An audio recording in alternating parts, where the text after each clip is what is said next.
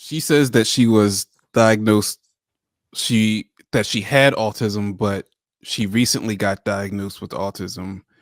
But then in that next clip said she didn't get diagnosed with autism. I wasn't tracking with her after a while.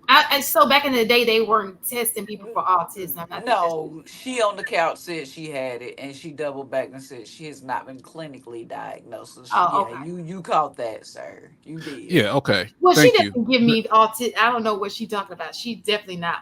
Well, let me shut up. Never mind.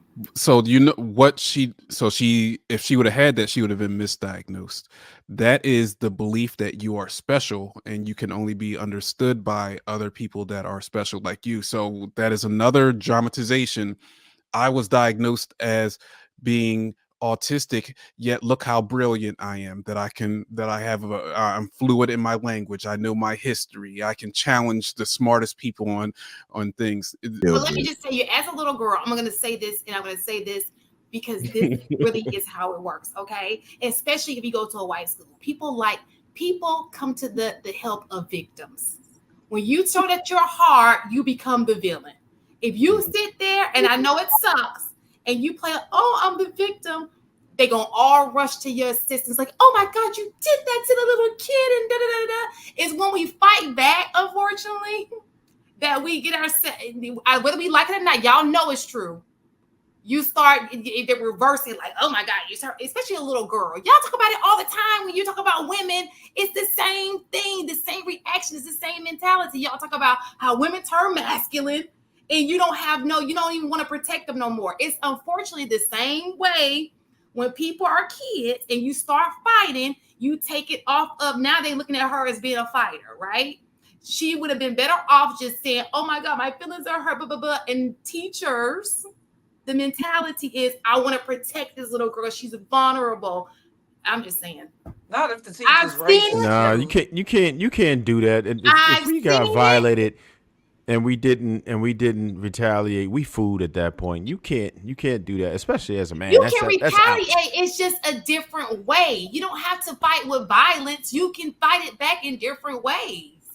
It's like let me ask you a question. Where has fighting gotten us? Like hand fighting. Where has it gotten us? Somebody got people off my ass. Yeah. That is totally different. If you're being revolution, come on, we know that's not the same. Violence. Okay, I know Ruth about to say something, boy. She held her mouth open like. Black schools and white schools maybe is different, right? So in the black school, you have to fight, and that's why I was fighting. As soon as I went to the white school, I was like, well, maybe let me try something different. So what you're saying may apply to the white school. She was at a white school. You're outnumbered, and they're gonna already think that you're the villain as the black person. But when you're in a black school, you better be ready to fight. That's all I'm gonna Let me play the rest. I won't disagree with that. Hold on, let me put this clip in. Hold on, what you laughing at, Jill? I'll just read something. So let me ask you this. How old were you when you got diagnosed, and did you always feel that you was different and you felt something was wrong? Well, what's today? Today is Thursday, the 18th. So 42 and however many days until I was just recently diagnosed. Okay. And this came out of this situation because so many Black women who are autistic said to me, I see you. You need to, and I've always thought, you can look at other interviews. I have mentioned before, like, I think I'm on the spectrum because I'm an 80s baby. This was not really a part of the narrative. Right. And as we started seeing more about autism and you start seeing shows about different characters and I start learning more like from people like Holly Robinson Peete, I'm like, this feels really like me. But then, I think sometimes we're afraid to learn certain things. Yeah. So 60s and 70s babies just got whipped and put to bed. And to be honest, it's true. And to be honest, I just want to say so my mom, so in this revelation, my mother started looking up like symptoms of autistic children and was like, oh, you exhibited all of this, but I didn't know what to do with this. Mm-hmm. She's a single parent. She's trying to figure it out.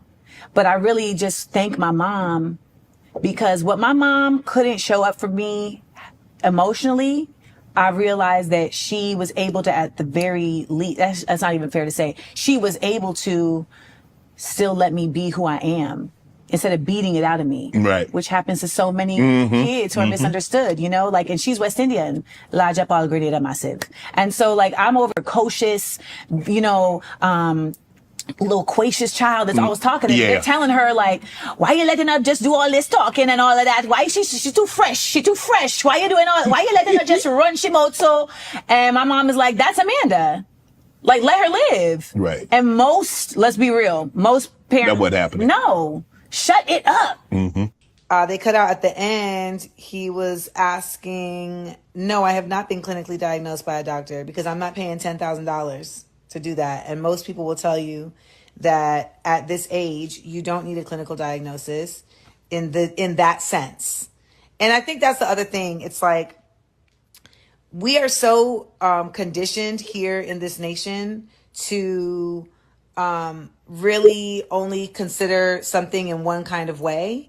And I will get back to that. All right. Go ahead, Nelson.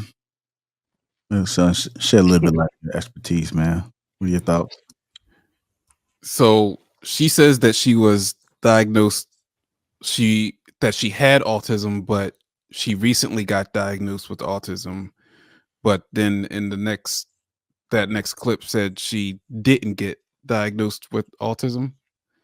I wasn't tracking with her after a while. And so back in the day, they weren't testing people for autism. No, she on the couch said she had it, and she doubled back and said she has not been clinically diagnosed. So okay. You caught that, sir. You did. Yeah, okay. Well, Thank she you. didn't give me autism. I don't know what she's talking about. She's definitely not. Well, let me shut up. Never mind. So you know what if she would have had that, she would have been misdiagnosed. That is the belief that you are special and you can only be understood by other people that are special like you. So that is another dramatization. I was diagnosed as being autistic, yet look how brilliant I am, that I'm fluid in my language. I know my history. I can challenge the smartest people on things. She would have been misdiagnosed. I've seen a lot of her previous stuff and a lot of her previous interactions. She is just a master manipulator. She's like LeBron James, like the person that everybody is so against me, but yet I'm the best to have ever done anything. It's that same dramatic victim mentality, narcissistic traits.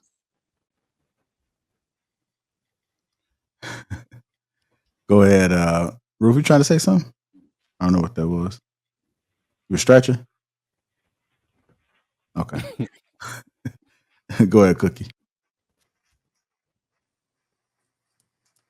She might not be autistic, but she definitely insane. I don't know this chick. I'm having a hard time following her because she not only is she manipulative. Oh, I guess that is, lying is a part of being manipulative, because she just outright lied. And then go get on her live and go, well, I ain't clinically diagnosed. Then why did you say on the couch? Like, this woman has deeper issues. And it's not $10,000 to get a diagnosis. Yeah, I mean, that was kind of cringe. Like, what do you, ma'am? What do you mean you displayed all of this? You self-diagnosed with sympathy, and then like you can overcome. Like, I have autistic children in my classes, ma'am. You do need a piece of paper to tell you. You do need a diagnosis to tell you that you're autistic. Like, she's weird. That's she a weirdo. Let's just call it what it is. She was saying something in an interview, and I probably don't have a clip because I was going to pull it from the original clip, but she mentioned something about when she was younger, she used to doodle, and she used to have to try to like always be doing something. She could never sit still. So this is what she was saying during the interview with Shannon Sharpe. So I guess she was trying to detail stimming. like a trait of it. Yeah. But so she said that she took an online test and those symptoms is what she diagnosed us. So she pretty much did a WebMD for a diagnosis and then backtracked it. So she could have just as easily gotten a diagnosis of ADHD. She got a man. She's definitely, I don't think she's autistic, but she may have some. She may be something because her social cues are so off. But I don't think it's autism. She got a man. Hold on, Bruce. I said we're gonna get. All right. Okay. So you guys want to go ahead? Yeah. All right. So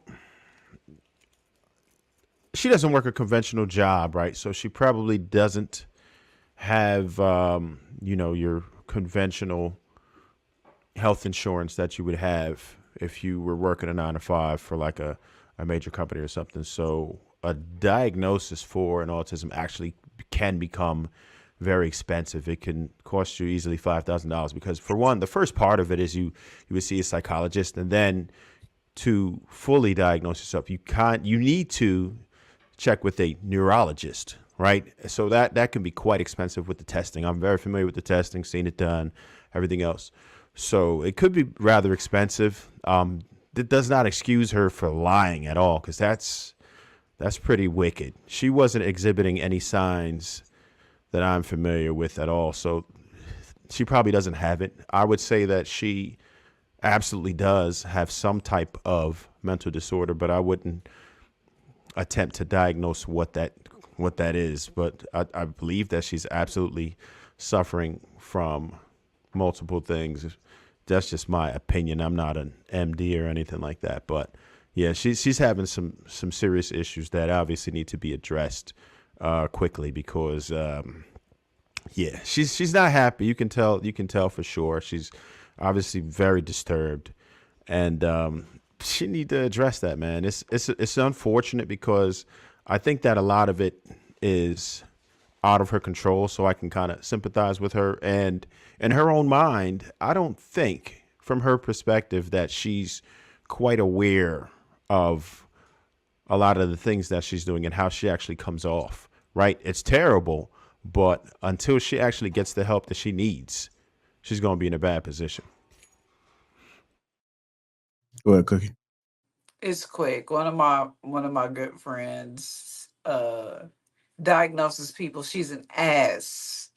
She's an attention-seeking soul. That's what we call an ass. That's what she is. What? Yeah, it's an acronym. Attention-seeking soul. That's what she is. Yeah, that's all I wanted to say. She's an ass. All right. This woman is a full-blown victim. She's stuck with this mentality. Nobody can tell her anything aside from it. Everything in her life has went wrong. I'm pretty sure she complained at some point about whatever role she played on Insecure.